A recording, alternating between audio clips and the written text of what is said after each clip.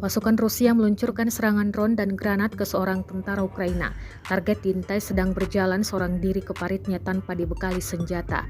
Rekamannya beredar di Telegram pada Selasa 28 Mei 2024. Tentara tersebut tak menyadari tengah diintai dan mendadak dijatuhi granat. Granat yang jatuh meledak tepat di posisi tentara Ukraina. Akibatnya target langsung tergeletak dan tewas di tempat.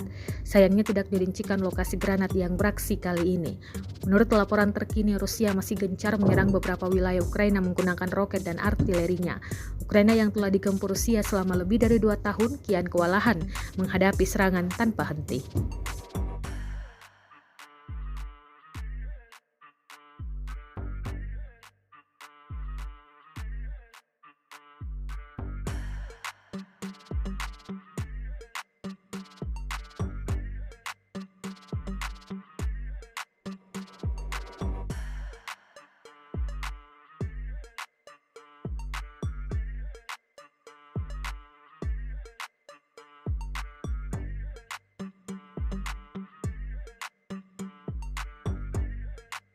Download Tribun X sekarang, menghadirkan lokal menjadi Indonesia.